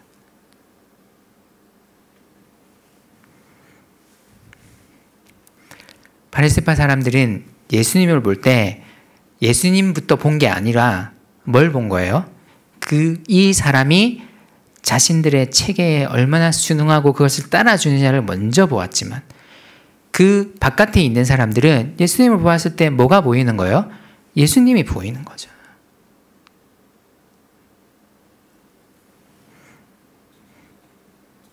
사랑하는 바울 형제 자매 여러분, 말씀을 마무리하겠습니다. 요즘 삶을 살아갈 때 여러분 신앙에 참 많은 회의가 생기시고 막 그럴 때가 있어요. 근데 대부분은 그 회의들이 어디로부터 올 때가 많냐면 사람들로부터 오거든요. 그죠? 저도 마찬가지입니다. 딱 봤는데 어떤 사람이 예수를 믿는다고 하는데 너무 그와 합당한 삶을 사는 것 같지 않으면 우리 마음속으로 흔히 그냥 기독교가 원래 이렇지, 교회가 원래 이렇지 이렇게 딱 판단을 내려버리기 쉽지만 근데 그럴 때마다 우리가 해야 할 중요한 삶이 있습니다. 그것은 뭐냐면 오늘 사도 요한이 우리에게 전해주고 있는 바와 같이 예수에게로 다시 돌아가는 것입니다. 다시 파고드는 것입니다. 우리가 믿고 따르는 예수님이 진짜 어떤 분이신지를 다시 한번 보는 것입니다. 그리고 그것을 통해 우리 삶을 돌아보는 것입니다. 과연 나는 그 예수의 삶을 따라 살고 있느냐? 단순히 내가 구원받고 천국 가는 걸로만 만족하는 것이 아니라 내가 따르고 있는 그 예수의 삶을 나도 따라가고 있는지를 살피는 것이죠.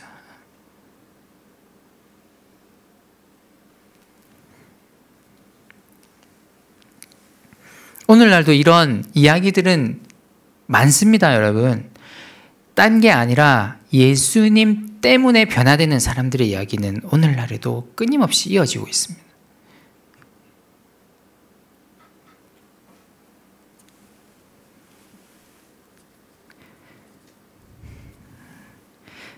사랑하는 바울 형제자매 여러분, 우리 신앙, 지금 우리 삶의 중심에 뭐가 놓여 있는지를 한번 보십시오. 네. 거기다 우리의 핵심은 예수 그리스도이기 때문에 거기에다 예수 그리스도를 갖다 놓아야 되거든요. 네. 예수 그리스도께서 어떻게 살고 어떤 말씀을 하셨는지를 다시 한번 떠올려 보십시오. 우리 예수님이 진짜 어떤 분이셨습니까? 죄인들을 어떻게 대하셨습니까? 그리고 우리를 어떻게 대하셨습니까? 그죠? 세상을 이처럼 사랑하사 우리를 위해 십자가에 달려 죽으셨잖아요. 그죠? 예수님이 우리가 하찮아서 달려 죽으신 겁니까? 아니잖아요. 우리를 이처럼 엄청나게 사랑하시기 때문에 십자가에 달리신 거잖아요. 그러면 그리스도인들, 구원받은 그리스도인들에게 가장 깊이 있어야 될 확신 중에 하나는 예수 그리스도께서 나를 깊이 사랑하고 계시다라는 확신이라고 생각합니다. 그 사랑은 어떤 것도 빼앗을 수 없다라는 걸 우리가 확신해야 됩니다. 그게 예수님께서 우리에게 주신 원래 메시지라고 저는 생각합니다. 세상에 많은 사람들은요, 교회를 다니고 그리스도를 주로 고백하지만 끊임없이 누군가를 정죄하려고 막 애를 쓸 겁니다. 뭘 하지 않으면 뭐가 되고, 뭘 하지 않으면 뭐가 되고, 정죄의 대부분은 뭘 하지 않았을 때의 뭐다. 하지만 그런 메시지는 우리의 주요 메시지가 되어서는 안 됩니다.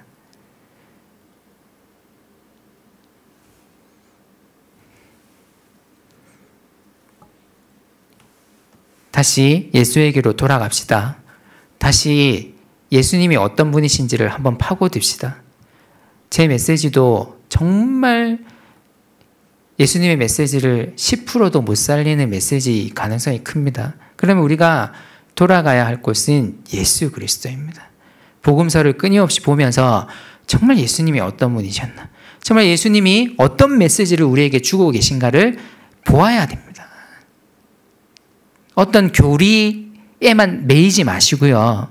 네. 제가 그렇다고 해서 교리 지키지 말라는 말 아니죠. 제가 설교하면서도 너무 이런 말 하면 안 되는데 왜 이러나 이런 생각이 들 때가 있는데요. 근데 핵심은 그거기 때문에 제가 말하는 거예요. 예수님에게로 돌아가는 거예요. 오늘 말씀 생각하면서 함께 좀 기도했으면 좋겠습니다. 우리 제가 기도하면서 자꾸 그 외형적이고 다른 일들을 보기보다는 우리가 믿는 예수 그리스도를 한번 다시 생각해 봤으면 좋겠거든요. 여러분, 이런 의미에서 성경 봐야 됩니다. 성경 안 읽고 이러면 안 되고요. 내가 믿는 예수, 그분이 과연 누구이신가 알려면은요, 성경 봐야 됩니다. 진짜 곰곰이 한번 보십시오. 내가 어떤 예수님을 믿는지, 정말 예수님이 어떤 분이셨는지, 예수님이 우리에게 정말 무엇을 하셨는지, 이걸 우리가 진짜 한번 곰곰이 살폈으면 좋겠습니다. 우리 시간 기도할 때 주님께로 다시 돌아가서 그 주님의 행하신 일을 다시 보기를 원합니다. 오늘 바리새파 사람들에게 예수님이 호소하고 계시는 것처럼 우리에게도 호소하고 계십니다. 내가 행한 아버지의 일을 한번 살펴보라. 이렇게 호소하고 계시거든요. 우리 이 호소를 기억하면서 다시 주님께로 돌아가서 주님의 일을 다시 살피게 해달라고, 주님을 다시 보고 만날 수 있도록 도와달라고 우리 시간 함께 기도했으면 좋겠습니다. 기도하겠습니다. 아버지 하나님, 주님께서 저희와 역사하시고 함께 하시고 저희 삶의 하나님께 온전히 드려지는 귀한 삶이 될 수 있도록 하나님 역사하여 주시고 주님 임재하여 주시옵소서. 아버지 하나님, 하나님 아버지, 주님 역사하여 주시옵소서. 주님 은혜를 부르시옵소서. 주님 역사하여 주시옵소서. 하나님 아버지 함께하여 주시옵소서. 주님 인도하여 주시옵소서.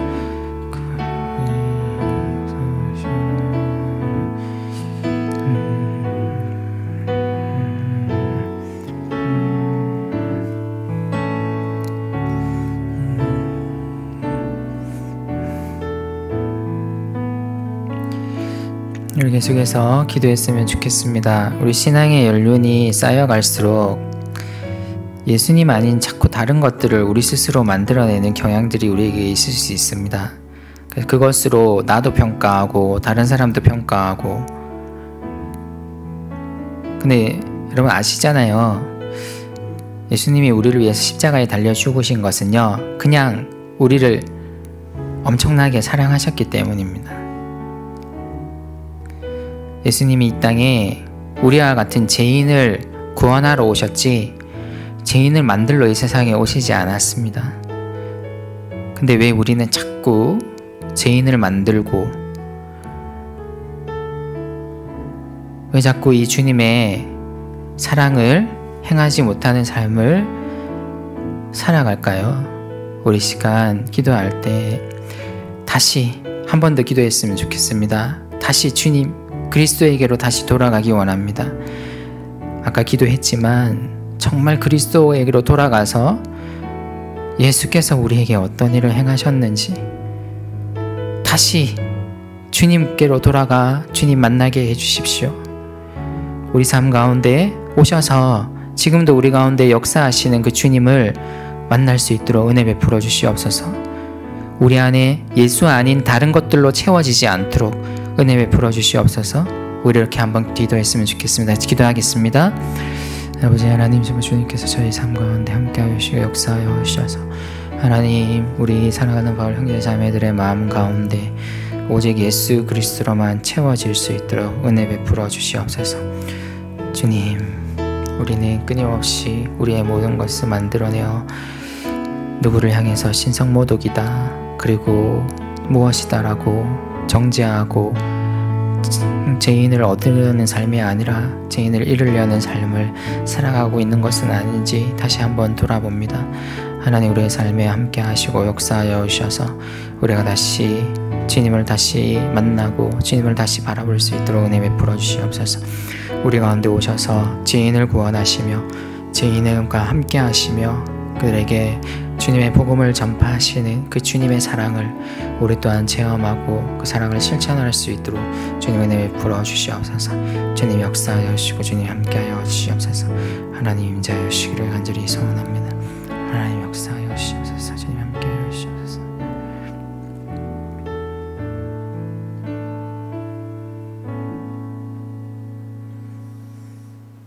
사랑의 예수님, 우리가 복음서를 읽을 때마다 예수님께서 우리를 얼마나 사랑하셨는지, 그리고 우리를 위해서 자신을 얼마나 희생하셨는지를 다시 돌아보게 됩니다. 이 땅에 오셔서 하나님의 뜻을 행하시며 죄인을 구원하기 위해서 이 땅에 오셨다고 말씀하신 주님, 우리가 그 주님을 믿고 따르고 있다는 것을 끊임없이 기억하게 하여 주시옵소서.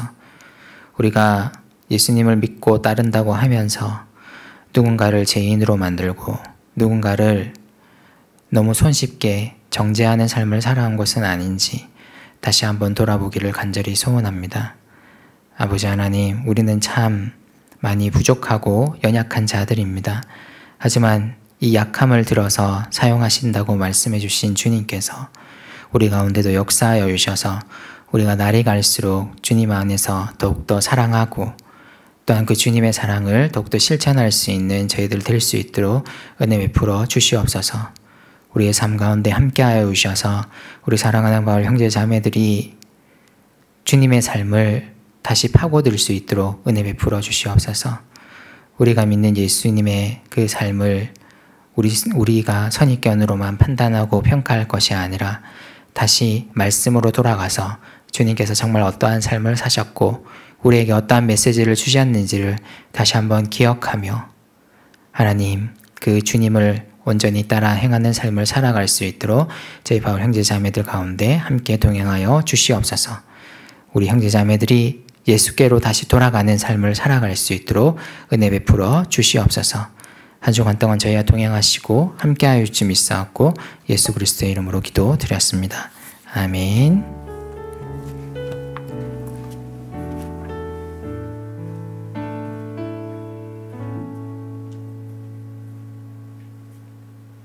안녕하세요. 10월 11일 바울 강고 시작하도록 하겠습니다. 바울 안내입니다. 저희 바울 예배는 총 15인까지 대면 예배 출석 가능합니다. 예배 현장에서 도우는 사람들 10명 제외하고 인원입니다. 매주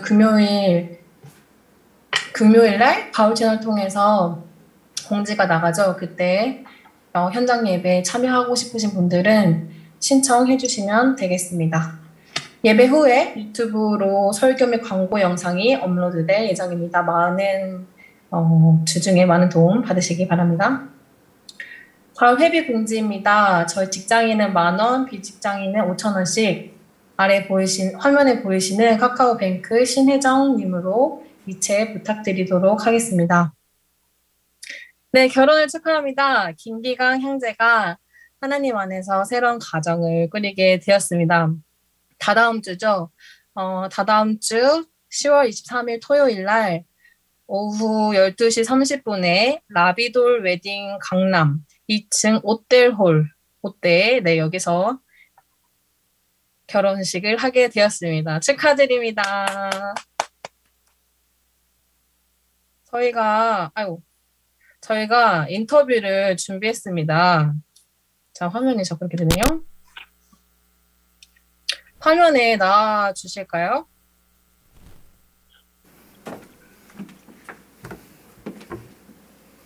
안녕하세요.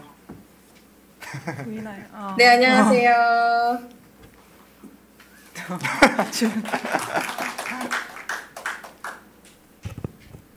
네, 말씀.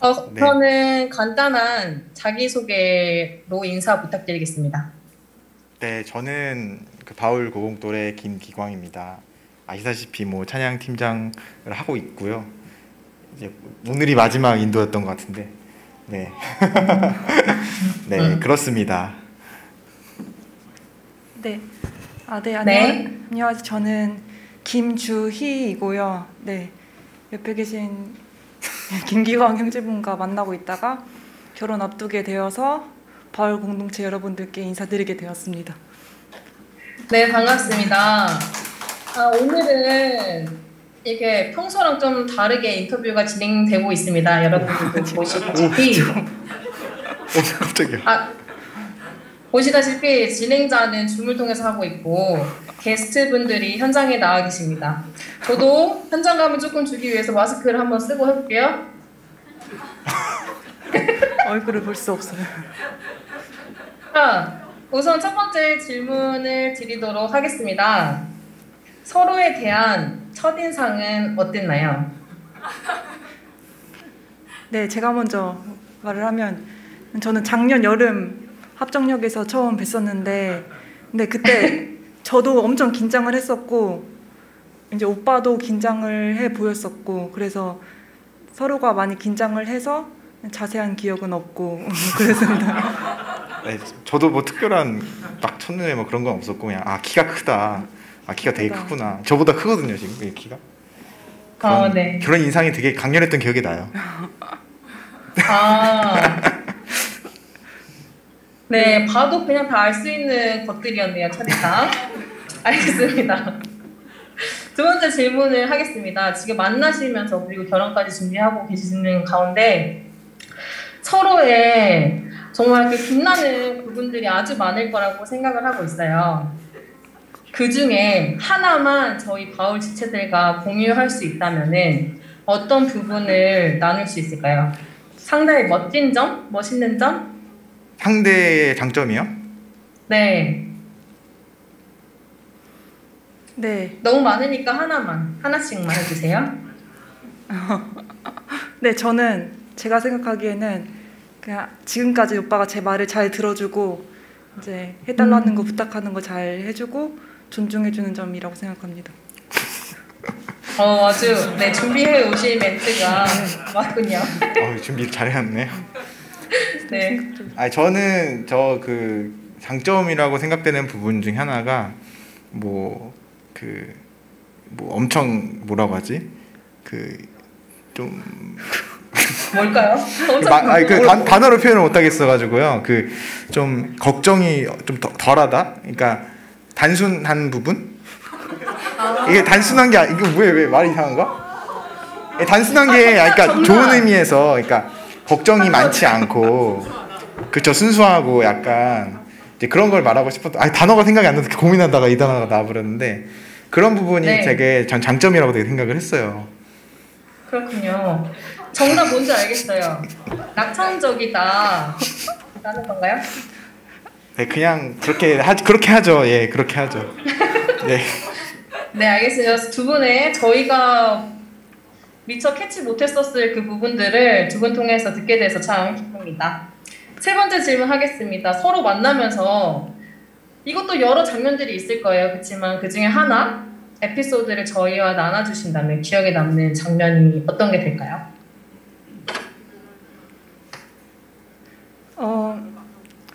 저는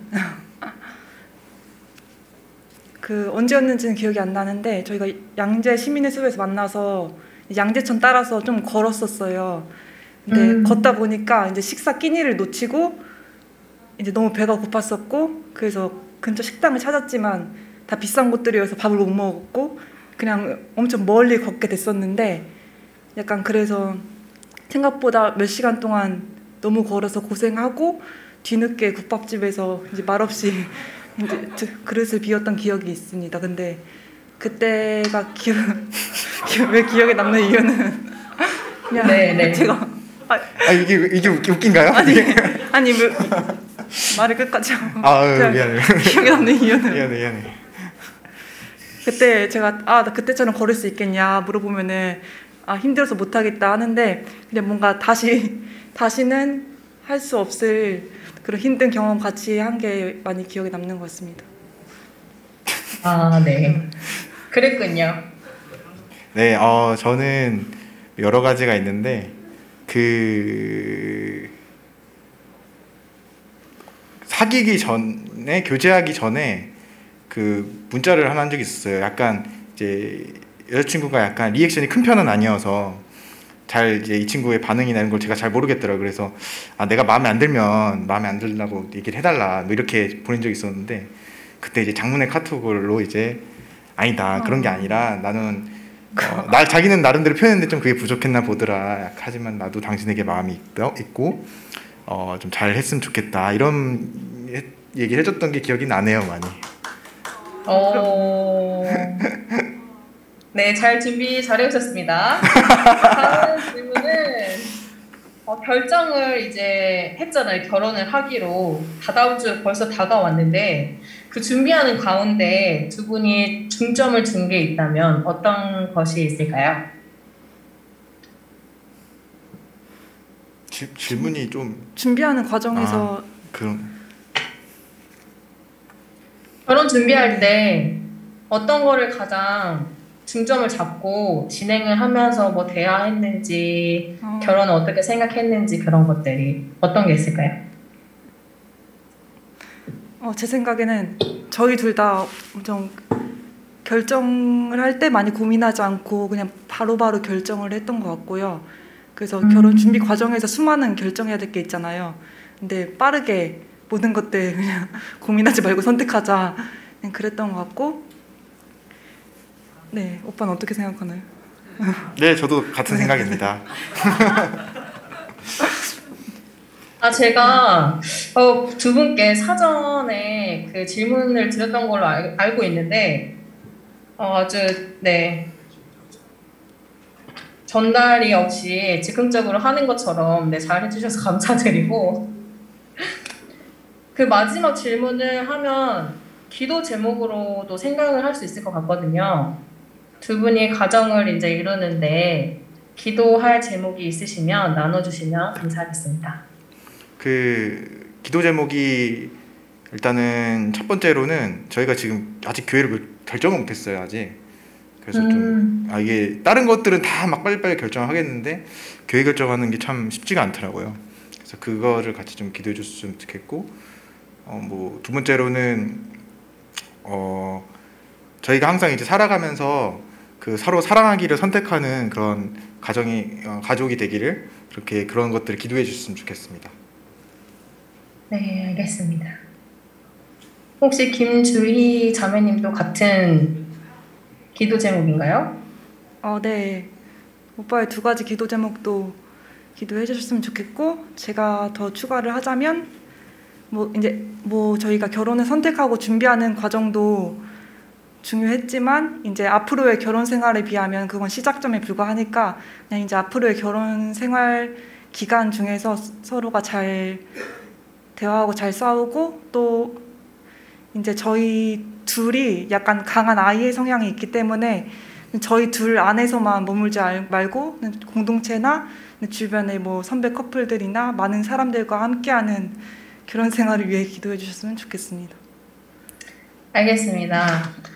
이거는 또 제가 즉흥으로 하게 되는 거긴 한데, 현장에서 피아노 반주를 해주시면은 잠깐 기도를 같이 하고 인터뷰를 마무리하도록 하겠습니다. 두 분 기도 제목을 위해서 같이 기도하는 시간 가질게요.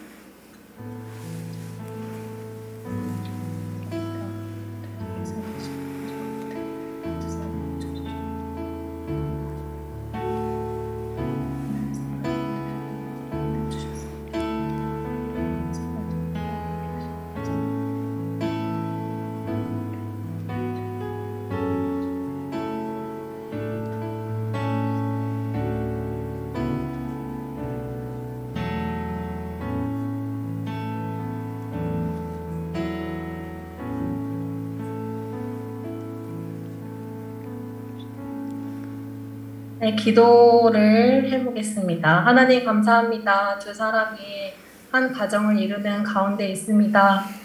많은 것들을 준비하고 선택하는 가운데 서로에게 있는 좋은 점들, 그리고 앞으로 더 좋아질 것들을 보게 하셨습니다. 그것들을 앞으로 더 사랑하며 인내하고 감사할 수 있는 마음을 각자에게 허락하여 주시고, 이 두 사람이 만나서 이루어갈 그 가정과 각 개인 가운데 하나님의 위로와 사랑의 평강이 늘 함께 있는 가정 되기를 원합니다. 감사드리며 예수님의 이름으로 기도드렸습니다. 아멘. 네, 인터뷰 잘 해주셔서 너무 감사합니다. 감사합니다. 네, 자리로 들어가 주세요. 감사합니다. 다음 주 10월, 11월 일정입니다. 다음 주에 저희 창립 32주년 주일 예배를 정교인 같이 드리게 되었습니다. 그래서 바울 예배는 쉬어가는 주가 되겠습니다. 10월 23일, 네, 방금 이제 인터뷰하신 두 분이죠. 김기광 형제와 김주희 자매님이 토요일 날, 다다음 주 토요일 날 12시 30분에 결혼식이 있습니다. 다들 축하해 주시기 바랍니다. 그 다음 주가 되겠습니다. 10월 달 마지막 토요일 날 30일 오후 2시에 이아람 자매가 결혼을 합니다. 결혼할 형제는 이름은 김시연이고요. 네, 축하드립니다.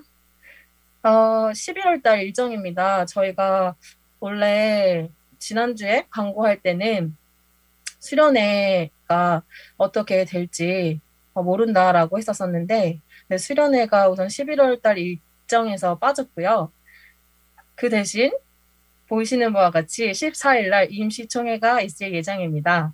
그리고 21일에는 총회가 있을 예정입니다. 여러분들의 많은 관심과 그리고 참여가 더 돋보이게 될 자리가 될 것 같습니다. 함께 10월, 11월 일정들 기도로 준비해 주시고, 또 공동체에 위해서 함께 마음 모아주시는 그런 시간들 될 수 있도록 기도해 주시기 바랍니다.